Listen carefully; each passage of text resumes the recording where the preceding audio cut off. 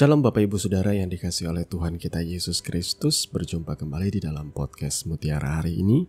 Sahabat bertumbuh dalam saat teduh yang seperti biasa hadir membawa keresahan dan persoalan di dalam hidup. Kita angkat untuk menjadi renungan yang kiranya membangkitkan kekuatan iman.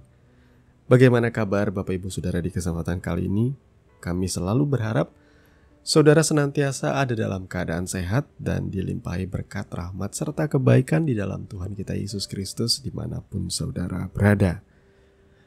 Podcast Mutiara hari ini kesempatan kali ini memasuki episode yang ke-283, dan di dalam saat teduh ini saya mau mengajak kita untuk membahas satu topik bahasan menarik, yakni mengapa Tuhan di perjanjian lama kejam.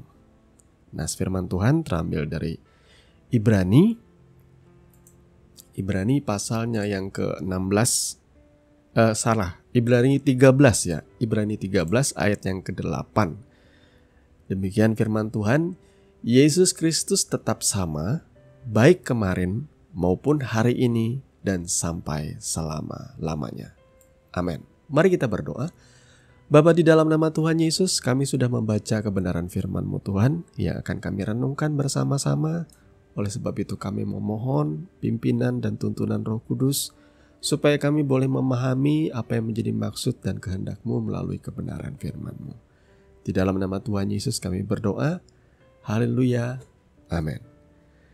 Nah, Bapak Ibu Saudara yang dikasihi oleh Tuhan kita Yesus Kristus, kalau kita langsung to the point menjawab pertanyaan mengapa Tuhan di perjanjian lama itu kejam, maka Ibrani 13 ayat 8 ini sudah memberikan jawaban yang pasti ya, bahwa Yesus Kristus tetap sama, baik kemarin maupun hari ini dan sampai selama-lamanya. Nah, kalau saudara meyakini bahwa Yesus itu adalah Tuhan yang menjadi manusia, jadi dia tidak berubah ya, dulu, sekarang, dan selama-lamanya. Ia tetaplah Tuhan dalam atribut kemuliaan, kesucian, kekudusannya, dan Ia adalah Tuhan yang penuh kasih setia. Dan saya percaya Tuhan ini kasihnya tidak seperti kita. Kasih Tuhan itu melampaui akal manusia. Kasih Tuhan itu luar biasa panjang, lebar, dan tingginya tuh. Itu sudah dicatat oleh Alkitab kita ya. Betapa baiknya Tuhan. Lalu kenapa di dalam perjanjian lama memang Tuhan itu banyak kali digambarkan begitu menakutkan, begitu kejam, dan dia sangat mudah sekali membinasakan bahkan umatnya yang memberontak dalam hal ini, saudara ya. Nah, kenapa kita akhirnya melabeli Tuhan perjanjian lama itu kejam dan Tuhan perjanjian baru itu penuh kasih, yakni Yesus Kristus? Apakah Tuhan ini kontradiktif akhirnya? Baik Tuhan di PL maupun Tuhan di PB. Bahkan ada satu aliran, saya lupa alirannya itu lahir di abad kedua kalau tidak salah ya, yang akhirnya menolak Tuhan di dalam perjanjian lama. Karena mereka merasa bahwa aliran ini berkata bahwa Tuhan PL itu tidak menggambarkan kasih Tuhan ya, seperti di PB. Nah, tapi saudara lupakah kalau di dalam perjanjian baru juga, di kasusnya perjalanan para rasul ya, saudara pernah mendengar yang namanya Ananias dan Safira ketika mendustai Roh Kudus, mereka langsung tewas seketika, baik istri maupun suaminya ya. Mereka berdua berdusta di hadapan para rasul, dan para rasul berkata, kalian mendustai Roh Kudus, dan saat itu juga putuslah nyawanya, langsung meninggal. Jadi kayaknya Tuhan tidak berubah ya bagi mereka yang berdosa, bagi mereka yang jahat, bagi mereka yang digambarkan di dalam Alkitab itu sudah jelas sekali. Ananias dan Safira, kalau saudara membaca kronologinya, mereka itu orang yang pengen mencari perhatian supaya mendapatkan pengakuan dari jemaat, sehingga mereka berbohong ya.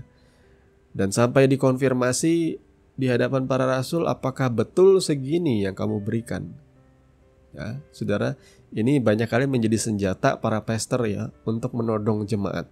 Ya, kalau kalian ngasih ngasih persepuluhan tidak boleh kurang, karena nanti kasusnya seperti Ananias dan Safira. Padahal mereka tidak membaca konteksnya ya.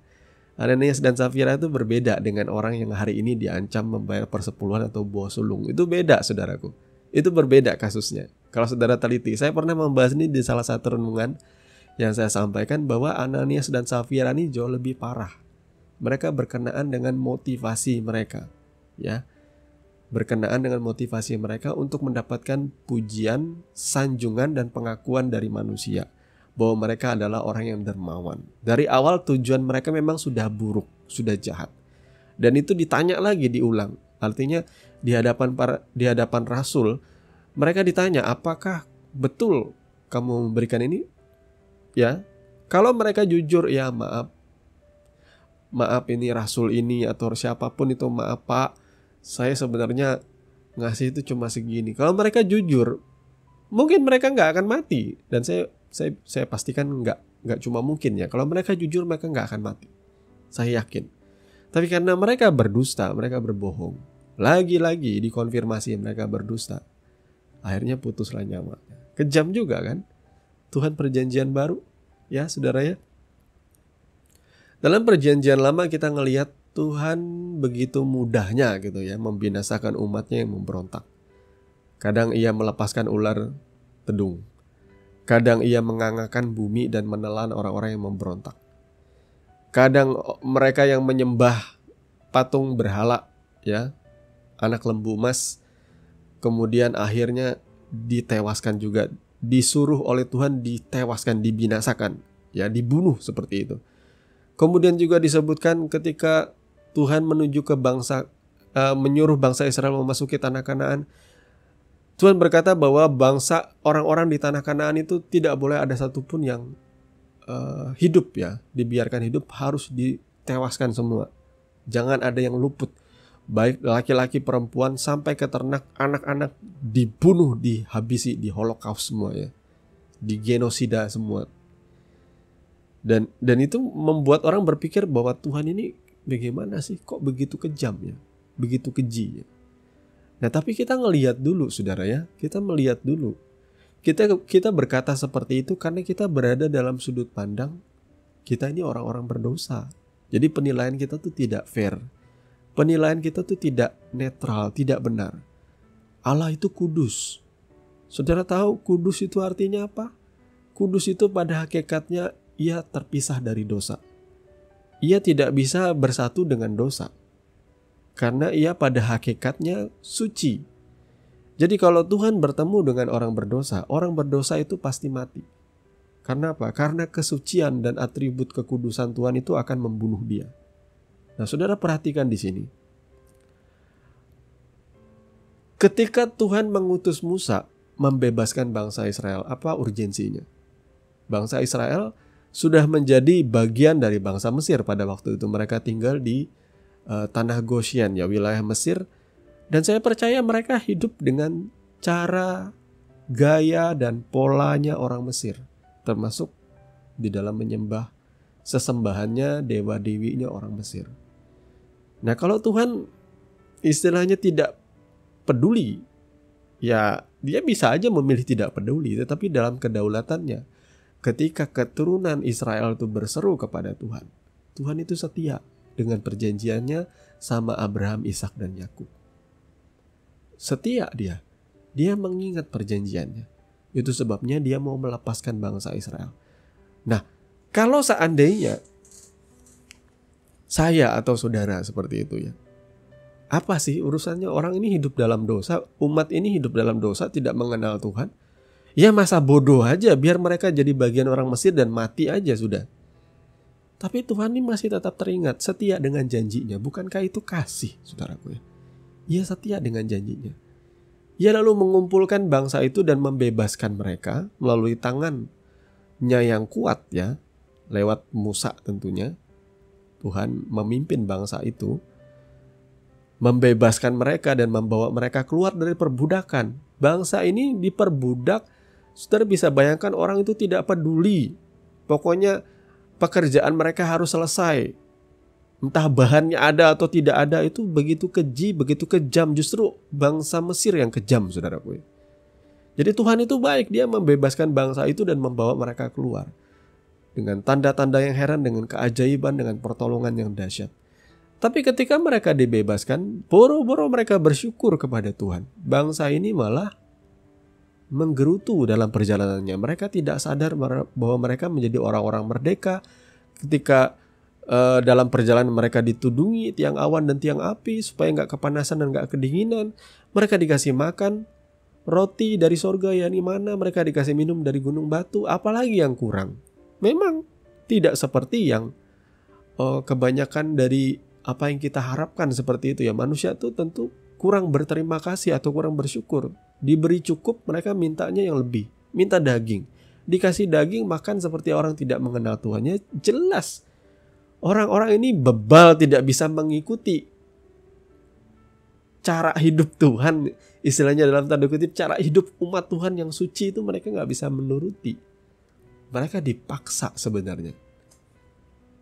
Tapi Tuhan membebaskan, menyelamatkan, dan menuntun mereka itu sudah syukur, saudaraku ya.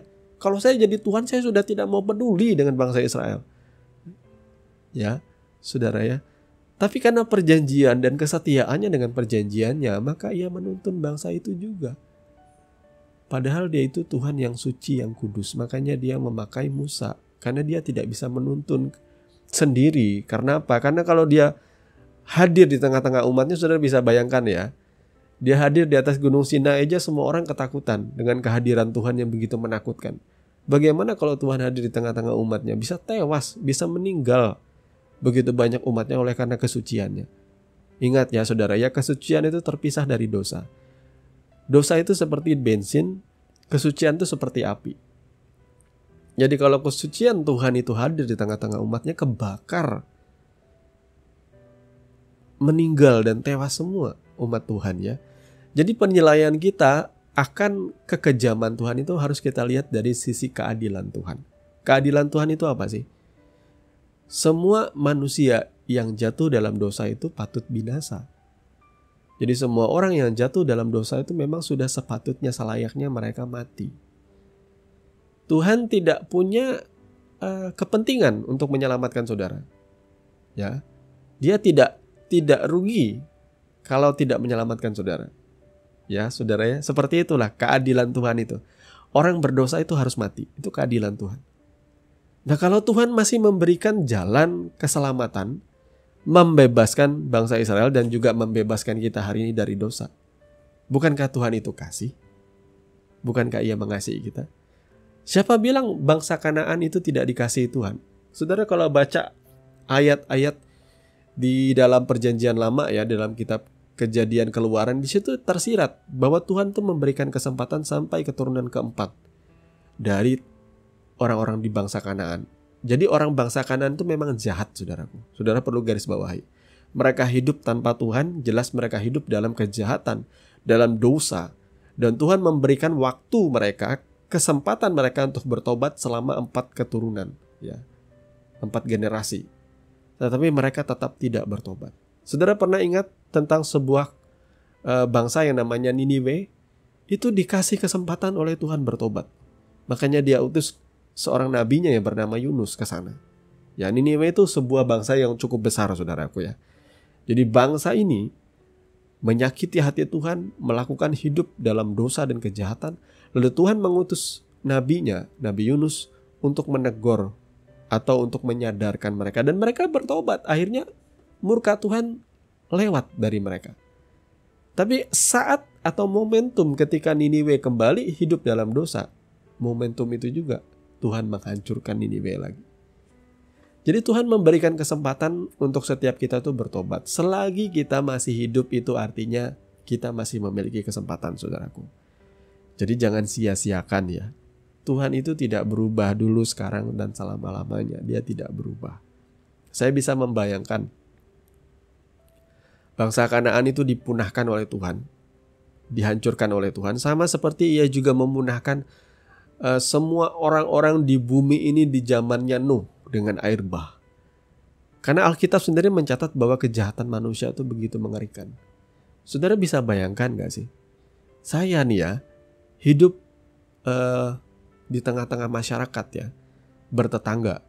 Ada dua tetangga kita yang tidak pernah paham tentang hidup bermasyarakat. Mereka selalu menyetel musik, house music, remix, EDM, musik-musik yang diputar notabene dari YouTube ya, musik house seperti itu, musik house music, electronic dance music dengan suara yang kencang, yang nyaring, nggak tahu waktu, siang, malam, sampai tengah malam, sampai beberapa kali ya, saudara ya, ditegur oleh perangkat RT RW di daerah sini, tetap tidak mau mendengarkan, sampai pernah didatangi polisi, Babinsa, Babin Kamtibnas, tetap bebal, tidak bisa memahami hidup bermasyarakat. Nah, bagi saya orang seperti ini saja sudah mengganggu ketenangan kita, itu rasanya gak enak. Bagaimana ketika saudara hidup di tengah-tengah orang yang jahat? Katakanlah seperti orang di tengah-tengah orang-orang yang hidup di zamannya Nuh, di tengah-tengah orang yang hidup di Sodom dan Gomora, saudara hidup setiap hari ngelihat orang berbuat zina, bercabul di depan saudara, terang-terangan berbuat dosa, mabuk-mabukan, melakukan segala hal yang sumbang, laki-laki dengan laki-laki, perempuan dengan perempuan. Apakah saudara bisa hidup di tengah-tengah kejahatan itu? Apalagi kalau saudara didatangi preman-preman setiap hari mintain duit saudara, atau mereka menyetel lagu musik yang keras setiap hari tanpa peduli saudara, tanpa peduli ada orang sakit, tanpa peduli ada orang beristirahat. Ya, bagi saya ketika kejahatan itu sudah sampai ke langit, ya bagi saya kalau dangdutan sih nggak sampai ke langit suaranya saudara, itu sampai di telinga aparat kepolisian aja yang akan mengamankan mereka saudara ya. Tapi kalau kejahatan-kejahatan yang sifatnya amoral, kejahatan-kejahatan yang berkenaan dengan kriminalitas, itu sampai ke surga sana, pasti Tuhan berikhtiar untuk memunahkan satu bangsa itu. Karena terlalu jahat.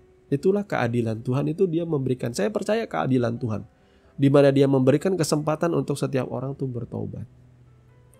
Ananias dan Safira diberikan kesempatan ketika last minute mereka ditanya, betulkah? Dan mereka tetap kekeh dengan kebohongan, dengan dusta mereka. Dan akhirnya mereka tewas seketika, putus nyawanya.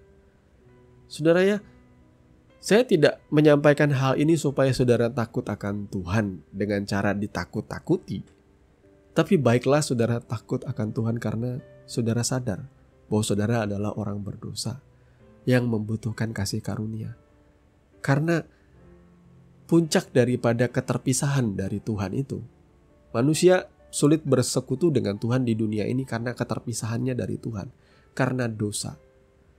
Nah, kelak ketika saudara meninggal dunia, keterpisahan itu akan sampai pada puncaknya.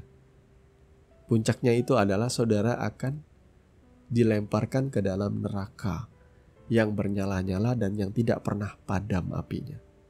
Nah, di situ keterpisahannya abadi. Terpisah dari Tuhan selama-lamanya. Bukankah di dalam Alkitab saudara pernah baca kisah tentang seorang kaya dan seorang miskin yang bernama Lazarus. Ya, orang kaya ini ketika dia masuk ke dalam neraka, dalam Hades, dunia orang mati, dia kehausan sembari dia dalam keadaan yang terbakar. Dia kehausan dan dia minta setetes air saja dari Lazarus. Tetapi Lazarus berkata, di antara kita ada jarak yang tidak terseberangi. Itu namanya keterpisahan. Nah, saudara perlu ingat ini, bahwa kekejaman Tuhan yang menurut saudara kejam itu sebenarnya keadilan Allah. Semua orang berdosa itu patut mati. Tapi Tuhan memberikan jalan melalui Yesus Kristus. Dan kalau saudara menolak Yesus Kristus, maka terimalah keadilan Tuhan yang saudara sebut sebagai kekejamannya di dalam api neraka. Karena orang-orang yang kelak dekat dengan Tuhan di sorga adalah mereka yang menerima Yesus Kristus. Mereka bukan orang yang baik semua, tetapi mereka menyadari bahwa mereka membutuhkan anugerah di dalam Yesus Kristus. Saudara ya, keselamatan di dalam Yesus Kristus. Maka saudaraku yang dikasihi oleh Tuhan, jangan lagi bilang bahwa Tuhan itu kejam di perjanjian lama. Tapi sadarilah bahwa Yesus Kristus dulu, sekarang, bahkan selama-lamanya tidak pernah berubah. Nah, kalau saudara membicarakan soal keadilan, saudara akan berkata bahwa bagaimana kalau iblis dilemparkan ke dalam neraka? Saudara akan berkata bahwa wajar, iblis itu kan jahat, setan dia musuh Tuhan. Nah, maka saya akan juga berkata, bagi mereka yang mengikuti jalannya iblis dengan cara mencintai dunia ini dan tidak mencintai Tuhan, tidak mencintai firman-Nya, tidak mengikutinya dengan segenap hati, maka saudara akan mengambil bagian juga yang sama dalam penghukuman iblis. Sesungguhnya api neraka itu diperuntukkan untuk menghukum iblis, setan, dan pengikut-pengikutnya, saudaraku ya. Jadi itu bukan bagi manusia yang percaya, ya. Tetapi kalau saudara mengikuti jalannya dunia ini, jalannya iblis ya, dan setan-setan, maka saudara akan mengambil bagian juga dalam upah kekekalannya iblis, yakni dibinasakan selamanya dan dihukum selama-lamanya di dalam neraka yang kekal. Ya, saudara ya. Jadi kalau kita bicara soal keadilan Tuhan, maka Tuhan itu tidak kejam. Kalau kita melihat dari sudut pandang kesucian Tuhan, maka itu memang sudah seharusnya. Kedaulatan Tuhan untuk memperlakukan manusia, itu kedaulatan Tuhan. Saudara tidak usah mempertanyakan, oh Tuhannya orang Kristen kejam di perjanjian lama. Itu bukan kejam, itulah keadilan Tuhan. Bagi saya itu lebih kejam ya. Kalau Tuhan mengajari kita membunuh orang lain supaya masuk surga, itu baru kejam. Itu baru kejam, saudaraku ya. Ya, jadi pelajarilah kebenaran firman Tuhan dengan jujur, dengan tulus, dengan sungguh. Maka Tuhan akan mencelikan mata saudara supaya saudara boleh memahami kebenaran firman-Nya. Tuhan Yesus memberkati. Mari kita bersatu dalam doa. Bapa, di dalam nama Tuhan Yesus, terima kasih untuk kebenaran firman yang sudah sama-sama kami dengarkan di kesempatan kali ini. Tuhan, kami mohon hikmat dan pengertian daripada Engkau, supaya kami boleh memahami dan memaknainya Tuhan, lewat kehidupan kami hari lepas hari. Berkati urapi anak-anak-Mu. Kami percaya Tuhan memberikan kesempatan kami untuk bertobat, sebagaimana yang sudah kami sama-sama renungkan di kesempatan kali ini Tuhan. Berikan kami kesempatan untuk bertobat Tuhan dan kembali kepadamu, berbalik dari jalan-jalan kami yang jahat dan mengikuti Engkau dengan sepenuh hati Tuhan. Kami mau meninggalkan cara hidup kami yang lama, sekalipun mungkin terlihat menyenangkan, begitu membuat kami bahagia, tetapi semuanya itu semu, semuanya itu fana. Kami percaya kebahagiaan yang sejati ialah bersekutu dengan Tuhan, berjalan dengan Tuhan, mengikuti Tuhan dengan sepenuh hati kami. Segala puji, kemuliaan, syukur kami kembalikan kepadamu Bapa. Di dalam nama Tuhan Yesus kami berdoa. Haleluya. Amin. Saudaraku yang dikasihi Tuhan, saudara sudah mendengarkan kebenaran firman yang kiranya boleh menjadi dasar dan kekuatan di dalam setiap kehidupan saudara. Sampai bertemu lagi di podcast Renungan Firman Mutiara hari ini yang berikutnya. Kasih karunia menyertai saudara sekalian. Shalom.